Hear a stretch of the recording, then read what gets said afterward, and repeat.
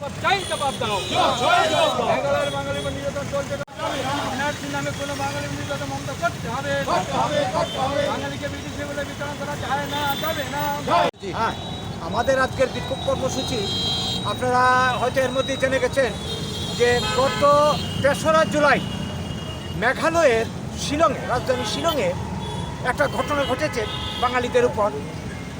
সেখানকার খাসিয়া এবং খুব সম্ভবত গারো সম্প্রদায়ের জনজাতি অংশের কিছু লোক ২০-২৫ জন আমাদের কিছু ছেলে, বাঙালি ছেলে বাস্কেটবল খেলতে গেছিল শিলং শহরে।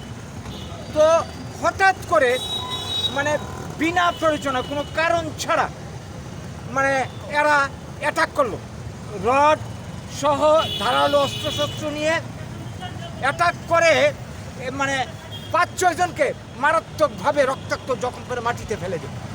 বাকিরা কোনো মতে প্রাণ নিয়ে পালিয়েছে।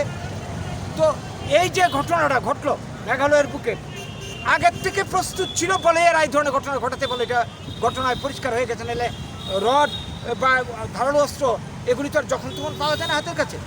তো এই যে ঘটনা, পরিকল্পিত আক্রমণ বাঙালিদের উপর, এটা আজকে নূতন নয়।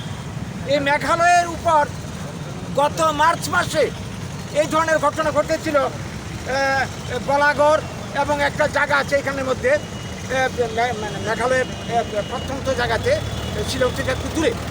সেইখানে সেই আমাদের এই যে ৯ এবং ১০ জুন ত্রিপুরাতে যেভাবে উগ্রবাদীরা দোকানপাট, বাড়িঘর ভাঙচুর করেছে, লুটপাট করেছে, মারধর করেছে, আঘাত দিয়েছে, একই কায়দায় সেখানে বাঙালি বিদ্বেষী স্লোগান দিয়ে বাঙালিরা মেঘালয় ছাড়ো, তোমরা বিদেশি ইত্যাদি ইত্যাদি বলে তাদেরকে দোকানপাট জ্বালিয়ে লুটপাট করে মারধর করে কোটি কোটি টাকার সম্পদ ধ্বংস করল। এবং এরপরে যখন এটার বিচার চাইতে গেল, মেঘালয় সরকার উল্টো তাদের বিরুদ্ধে, বাঙালিদের বিরুদ্ধে কেস দিয়ে দিল। এই যে অবস্থা ৭৯ সাল থেকে এই পরিস্থিতি মেঘালয়ের উপর চলছে, এখন পর্যন্ত চলছে। যখন এনআরসি ঘোষণা হয় আসামের বুকে এবং ২০ লক্ষের উপর বাঙালিকে এখানে রাষ্ট্রহীন করা হয়, তখনও এখানে আবার নতুন করে স্লোগান উঠেছিল মণিপুরে, গোটা উত্তর পূর্বাঞ্চলে। আজকে আমরা এটাই লক্ষ্য করছি যে এই ষড়যন্ত্র বাঙালিকে ভারত ছাড়া করার জন্য রাষ্ট্রহীন বানিয়ে আসাম, মণিপুর সহ মেঘালয় সহ গোটা ভারতে, ত্রিপুরা সহ সর্বত্র এই ষড়যন্ত্র কাজ করে চলছে। তো এর বিরুদ্ধে আমাদের আজকের এই বিক্ষোভ।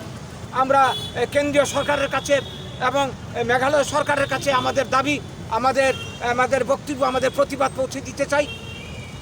আমরা যারা এই ঘটনার সঙ্গে যারা যুক্ত, তাদের যাতে অনতিবিলম্বে গ্রেফতার করে উপযুক্ত শাস্তির ব্যবস্থা করা হয়। এবং এই ধরনের কাজ যদি চলতে থাকে, সরকার যদি এটার চেক না দেয়, এই মেঘালয় কি ইন্ডিয়ার বাইরে? এটা তো ইন্ডিয়া। তো ইন্ডিয়ার মধ্যে ইন্ডিয়ার মানুষ, বাঙালিরা সবাই যদি থাকতে পারে, আজকে ত্রিপুরার কথা দেখেন, ত্রিপুরাতে তো সব জাতির মানুষ আছে, তো অন্যেরা থাকতে পারবে সব স্টেটে, বাঙালিরা পারবে না। বাঙালি হয়ে জন্মগ্রহণ করা কি আমাদের কোনো অপরাধ হলো?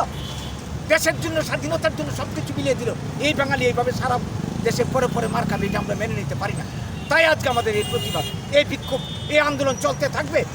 আমরা আমাদের লক্ষ্যে পৌঁছার আগ পর্যন্ত এই আন্দোলন আমরা চালিয়ে যাবো। আমরা জানি এই সমস্যার সমাধান একমাত্র হতে পারে বাঙালিদের জন্য। আমরা যেটা চাইছি যে সংবিধানের ৩ নং ধারা অনুযায়ী যদি আজকে বাঙালি স্থান করা হয়, এটা সাংবিধানিক দাবি। এটা সাংবিধানিক দাবি। ভারতবর্ষের অন্যান্য রাজ্য যেভাবে পুনর্গঠন করা হয়েছে, সে